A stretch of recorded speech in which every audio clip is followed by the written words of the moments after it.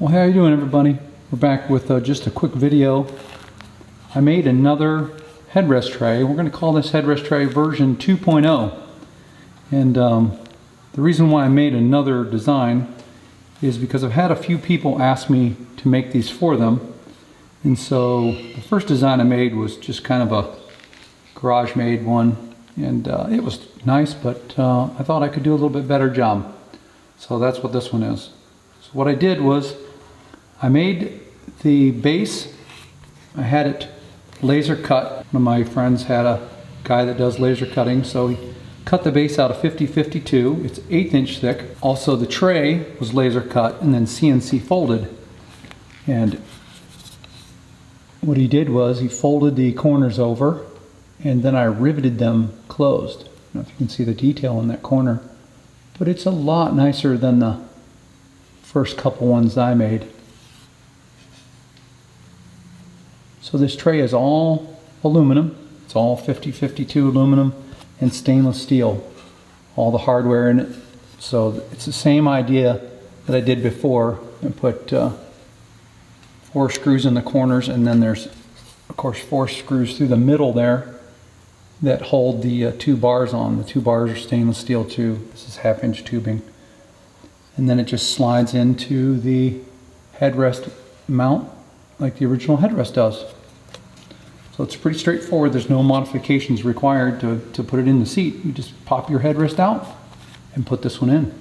This is the inside of my truck. I have a 2015 Ford F-150 XLT. It has the center seat, like a lot of them do. Of course, if you have the center console, this isn't going to work for you. So I have seat covers on my seats, but it doesn't really matter. It'll work just the same. The hardest part of all of this, and boy, it took me a while to figure this out, is how to get the headrest out. Because that headrest, when it's engaged, it is like deep down inside there. You got to stuff your fingers underneath here to get it undone. And it's the releases are like clear in here, so you got to shove in here, shove your hand all the way underneath the middle, and then push the release towards the passenger side. Same as on this side. And you got to try to do them both at the same time. I kind of cheated and loosened this one up a little bit ahead of time. So, but anyway, you really want, if this is engaged into that slot, you just have to shove the seat down really hard and push the releases, both of them. That one goes this way towards the passenger side, and the same with this one. They both go toward the passenger side. And once you get them released, it just pops out of there.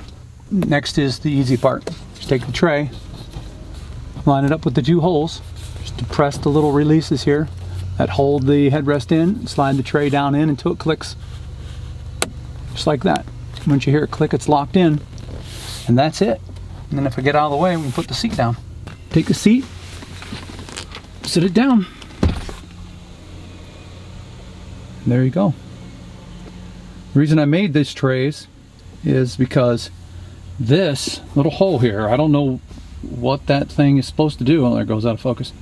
I don't know what that hole is supposed to be for, but it sure won't hold a cell phone. So now you have a 6x12, 1.5 inch deep tray to put whatever you want. And it doesn't get in the way of the heater controls or anything like that.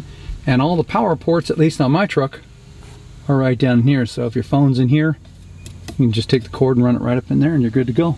Guess you could put your French fries in there too, right? Anyway, hope you like it.